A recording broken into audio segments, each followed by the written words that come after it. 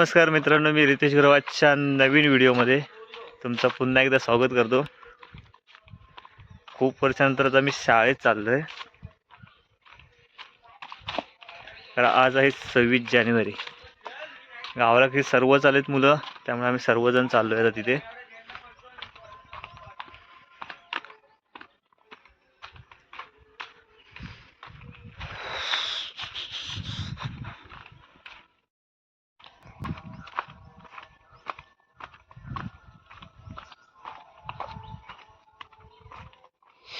सर्वजण पुढे गेलेत,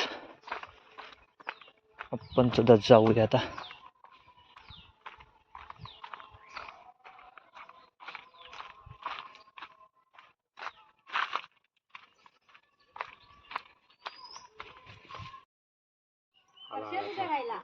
आला तो या लवकर आम्हाला तुला काय दोन बाय अजून आमची ही 4 मुलं शाळेतली।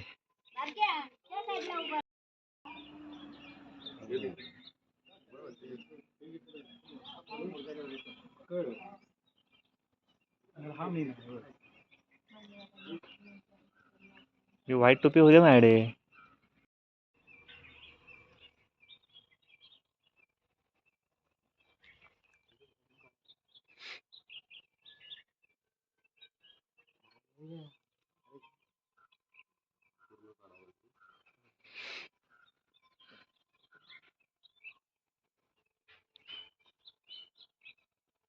अक्षर मला समोर येते, समोर उभा राहा म्हणून येते।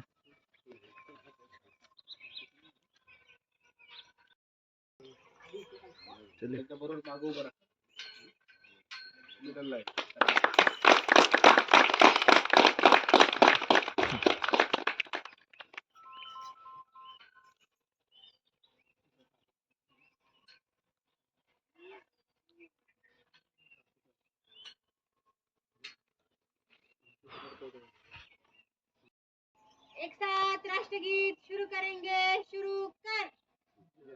विनायक जय हे भारत भाग्य विधाता, पंजाब सिंध गुजरात मराठा द्राविड उत्कल बंगा, विंध्य हिमाचल यमुना गंगा उच्चल जगति तरंगा, तव शुभ नामे जागे, तव शुभ आशीष मांगे, गाए तव जय गाथा, जन गण मंगल दायक जय हे भारत भाग्य विधाता, जय हे जय हे जय हे जय जय जय जय हे।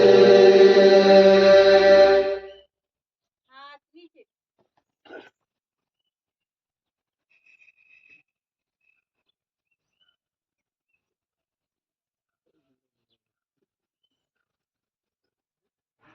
एक साथ राष्ट्रगीत शुरू करेंगे। शुरू कर।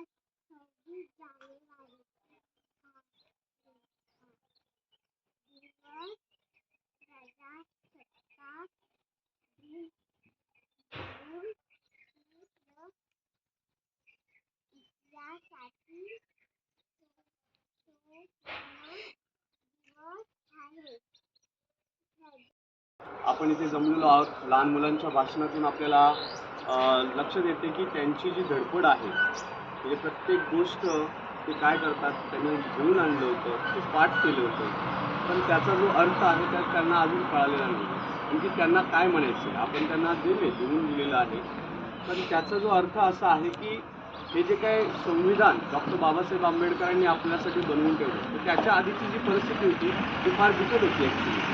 म्हणजे काय की प्रत्येकाला जगण्याचं स्वातंत्र्य नव्हतं. किंवा तुम्ही कुठेही जरी गेलात, संत गाडगे महाराजांचं जर उदाहरण घेतलं आपण, तर त्यातून आपल्याला असं लक्षात येतं की ज्यावेळी ते जायचे त्यावेळी त्यांची जी पावलं असायची ती त्यांना पुसावी लागायची. म्हणजे एवढासुद्धा आपल्याला अधिकार नव्हता त्यावेळी.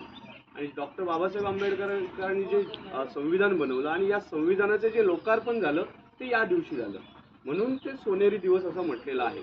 तर या दोन छोट्या मुलींनी फार चांगलं सांगितलं की आपल्या इतिहासात हा सोनेरी दिवस आहे, आणि खरंच तो सोनेरी दिवस झाला त्या दिवसापासून. आणि त्याच्यानंतर मग आपल्याला हे स्वातंत्र्य मिळालं, जगण्याचं स्वातंत्र्य असेल, समतेचं स्वातंत्र्य असेल. तर या स्वातंत्र्याचा जो आज उपभोग घेतोय तो या दिवसामुळे, या दिवसानंतर घेतोय. तर हे लहान मुलांच्या मनावरती आपल्याला बिंबवायचं आहे की आपलं स्वातंत्र्य काय आहे, जर तुम्ही शिकाल तर आपली प्रगती होणार आहे. तर या सगळ्या गोष्टी आजच्या दिवसातून आपल्याला त्यांना सांगायच्या आहेत. जरी त्यांच्या छोटेखानी त्यांच्या विचारातून त्यांनी मांडले आपले विचार, पण ॲक्च्युअल त्यांच्यापर्यंत ते पोहोचले पाहिजेत, यासाठी आपल्याला प्रयत्न करायचा आहे.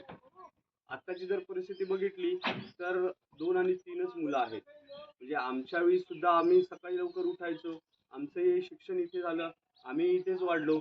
सकाळीच लवकर उठायचो, इस्त्री करायचो, परत जायचो. म्हणजे तो जो तो जो इतिहास, आता ते म्हणायला लागेल की तो इतिहासच झाला. कारण का आता 2 आणि 3 मुलं आपल्याला शाळेमध्ये बघतात किंवा दिसतात. मराठी शाळेची शोकांतिका आहे खरं तर. आणि याचं कारणही कुठेतरी मला वाटतं आपणच आहोत. कारण का काय होतं, जो तो उठतो, मुंबईला जातो, पुण्याला जातो, आपली मुलं तिकडे शिक्षणासाठी घालतो. त्यामुळे असल्या मराठी शाळा ज्या आहेत आपल्या, तर त्या फार कमी होत चाललेल्या आहेत. या दिवसाच्या अनुषंगाने मी आज एवढंच सांगू इच्छितो की मला इथे बोलवलं आणि ध्वजारोहणासाठी आमंत्रित केलं किंवा मला हा मान दिलात, त्याबद्दल मी सगळ्यांचा ऋणी असेल. जय हिंद, जय महाराष्ट्र. मार्गदर्शन दिलं त्याबद्दल मी त्यांचे आभारी आहे. आणि ते आपल्या शाळेचे माजी विद्यार्थी आहेत. त्यांनी त्यांच्या शाळेमध्ये त्यांच्या काळामध्ये जेव्हा मुलांची संख्या जास्त होती, आताची जी कमी आहे, त्याचं ते कारण पण त्यांनी खूप छान पद्धतीने सांगितलं. आणि त्यांच्या आठवणी पण त्यांनी खूप म्हणजे त्यांचे अनुभव होते, ज्या आठवणी होत्या त्या पण त्यांनी आज सांगितल्या. त्याबद्दल शाळेतर्फे मी त्यांचे आभार मानते. बोला.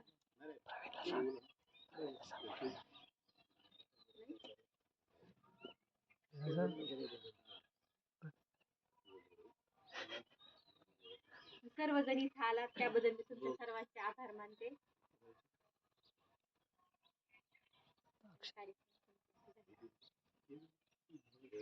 अक्षय बोलत होता ना.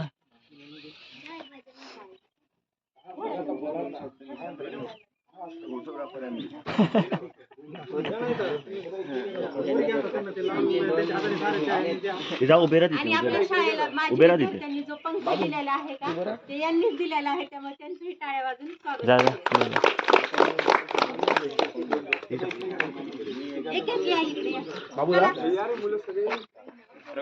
तिकडे जाऊ द्या.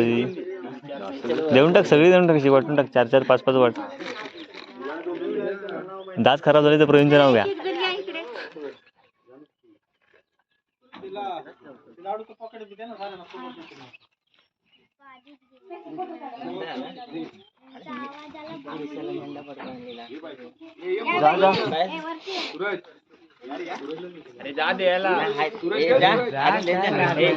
काय सगळ्याला जा जा करता काय माहिती.